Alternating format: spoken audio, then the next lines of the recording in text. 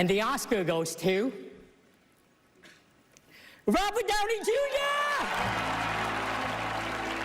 Downy Junior ने Oppenheimer में Oscar इसलिए नहीं जीता कि उन्होंने गॉड लेवल एक्टिंग की, बल्कि उन्होंने ऑस्कर इसलिए जीता क्योंकि उन्होंने फाइनली टोनी स्टार का कैरेक्टर आर्क छोड़ दिया। लेकिन वो एमसीयू में एक भी ऑस्कर नहीं जीत पाए। क्यों? वो रोल जिसने मॉडर्न सिनेमा को बिल्ड किया, वो रोल जिसने सुपर हीरोज को रीडिफाइन किया और मार्वल को एक डिकेड तक कैरी किया। But why RDJ never win any Oscar for playing iron man? Well, let's find out.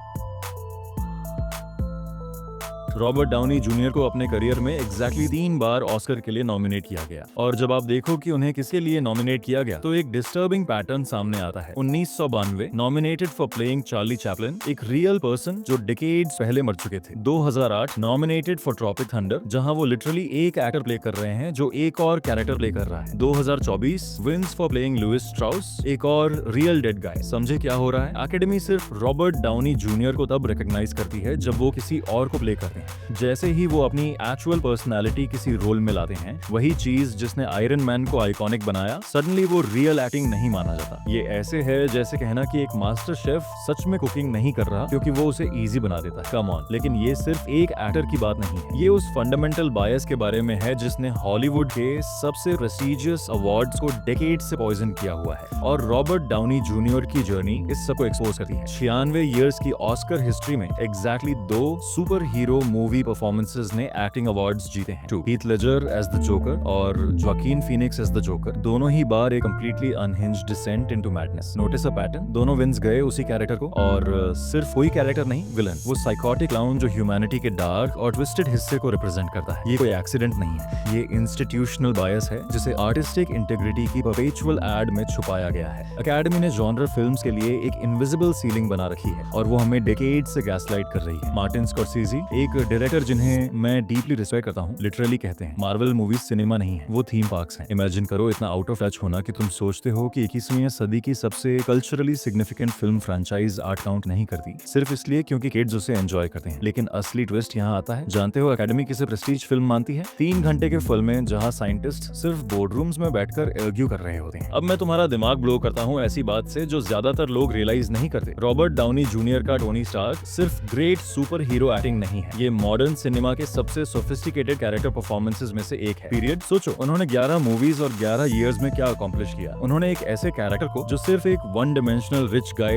In a robot suit हो सका था, किंग लियर जैसी इमोशनल कॉम्प्लेक्सिटी दे दी। फिर से आयरन मैन एक देखो, सच में देखो। केव सीन में येंसेन के साथ डाउनी सिर्फ अपनी आईज से कंप्लीट पर्सनालिटी ट्रांसफॉर्मेशन दिखा देते हैं। वो मोमेंट जब टोनी स्टार्क रियलाइज करता है कि उसने अब तक अपनी लाइफ गलत जी है, वो डेवास्टेटिंग है। फिर उस आर्क को ट्रैक करो सिविल वॉर तक, जहां उसका guilt over collateral damage Avengers को तोड़ देता है, और इन्फिनिटी वॉर जहां उसका सबसे बड़ा फियर जिन लोगों से वो प्यार करता है उन्हें प्रोटेक्ट करने में फेल होना लिटरली सच हो जाता है। और एंड गेम पर तो मुझे स्टार्ट भी मत करवाओ। वो final I am Iron man moment, ये सिर्फ great super hero film making नहीं है, ये शेक्सपियरियन ट्रेजेडी है जिसे एक ब्लॉकबस्टर बो में लपेट दिया गया है। लेकिन ये सब अकादमी के लिए मैटर ही नहीं करता। जानते हो क्यों? क्योंकि रॉबर्ट डाउनी जूनियर ने इसे बहुत इजी बना दिया। एकेडमी को ये अजीब फेटिश है विजिबल एफर्ट के लिए। Christian Bale in Vice, Oscar nomination. Gary Oldman unrecognisable as Churchill, Oscar win. Rami Malek with fake teeth playing Freddie Mercury, Oscar win. लेकिन अगर कोई परफॉर्मेंस इतनी नेचुरलिस्टिक हो कि वो एफर्टलेस लगे, oh he is just playing himself, यही है ultimate backhanded compliment. Robert Downey Junior इतने अच्छे थे टोनी स्टार्क बनने में कि लोग भूल गए ये एक्टिंग है। असल में वो कर क्या रहे थे? मल्टीपल डायरेक्टर्स, मल्टीपल राइटर्स और मल्टीपल स्टोरी लाइंस में एक कंसिस्टेंट कैरेक्टर क्रिएट कर रहे थे, spanning over a decade. That's not easy, that's unprecedented. लेकिन एकेडमी अपनी बायस से आगे देख ही नहीं पाई। अब एक स्टैट सुनो जो तुम्हें बीमार कर देगा। एकेडमी अवार्ड्स की हिस्ट्री में साइंस फिक्शन, फैंटेसी और सुपर हीरो फिल्म्स को acting nominations less than 1% time मिले हैं। The Lord of the rings trilogy, 3 सबसे अक्लेम्ड फिल्म्स ने 9 घंटे की सिनेमा में 0 एक्टिंग नॉमिनेशंस जनरेट की। Star Wars 0 acting nominations. Black panther ने हिस्ट्री बनाई फर्स्ट सुपर हीरो फिल्म बनकर जो बेस्ट पिक्चर के लिए नॉमिनेट हुई, और फिर एक्टिंग को कंप्लीटली इग्नोर कर दिया गया। एकेडमी जॉनर फिल्म्स को सिनेमैटिक सेकंड क्लास सिटीजंस की तरह ट्रीट करती है। उन्हें टेक्निकल अवार्ड्स मिल सकते हैं, visual effects, sound design, makeup, लेकिन एक्टिंग, डायरेक्टिंग, इंपॉर्टेंट कैटेगरीज वो सिर्फ रियल मूवीज के लिए है। यही जनर टाइप बायस है जो दशकों से चल रहा है। I don't play well with other.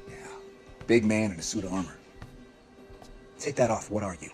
Genius, billionaire, playboy, philanthropist. अब आते हैं ओपेनहाइमर पर। रॉबर्ट डाउनी जूनियर ने सिर्फ लुईस स्ट्रॉस को प्ले नहीं किया, उन्होंने लिटरली उसमें डिसअपीयर कर दिया। Gone is the smooth talking Tony Stark charm. उसकी जगह हमें मिलता है एक पिंच बिटर मैन जो पेटी जेलसी और वुंडेड प्राइड से कंज्यूम हो चुका है। फिजिकल ट्रांसफॉर्मेशन सटल है लेकिन complete. Different posture, different vocal patterns, different energy. It's the anti Tony Stark और ये ब्रिलियंट है। आयरन मैन ने उसे कंसिस्टेंसी, फेमिलियर मटेरियल में नए लेयर्स ढूंढने और कैरेक्टर डेवलपमेंट की लॉन्ग गेम सिखाई। आयरन मैन ने उसे बेटर एक्टर बनाया, लेकिन एकेडमी ने इसे सीरियस वर्क से सिर्फ एक डिटूर माना। अब elephant in the room, Robert Downey Junior की पर्सनल स्टोरी। एकेडमी को कमबैक नैरेटिव बहुत पसंद है और डाउनी की स्टोरी अल्टीमेट कमबैक है, लेकिन असली ट्विस्ट ये है आयरन मैन ही कमबैक था। वही रोल, वही फ्रेंचाइज, वही कल्चरल फिनोमिनन। लेकिन एकेडमी उसे कभी सेलिब्रेट नहीं कर सकी क्योंकि वो गलत जॉनर में था। तो उन्होंने वेट किया और जब ओपेनहाइमर आया सडनली वो रेडी थे सेलिब्रेट करने के लिए। Christopher Nolan directing, check historical importance, check 3 hour run time, check physical और vocal transformation, check supporting role, check it's having your cake and eating it too with a side of artistic snobbery. जब उस रात Oscars में Robert Downey junior का नाम announce हुआ तो room में कुछ बदल गया। आप उसे महसूस कर सकते थे। ये सिर्फ एक परफॉर्मेंस